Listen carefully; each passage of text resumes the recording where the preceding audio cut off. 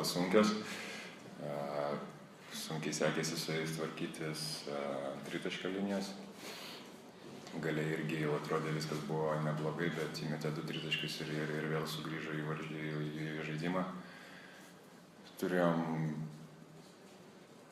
daug problemų su jų mažiukais, nors ir žinom, kad daug iš jų yra kairiarankiai ir labai staigus ir greiti, bet nepavyko mums jų visiškai sustabdyti. Taip, kad jie su savo įsiveržimais ir atmetimais kamuolio pridarė tikrai daug bėdų. Bet gerai, kad radom būdų, kaip juos įveikti ir po krepšiu, ir iš toliau.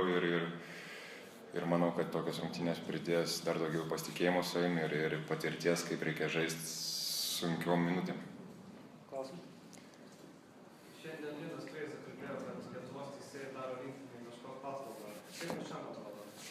Nevertinu teisėjų darbo, paprasčiausiai jie dirba savo darbą, mes dirbam savo darbą.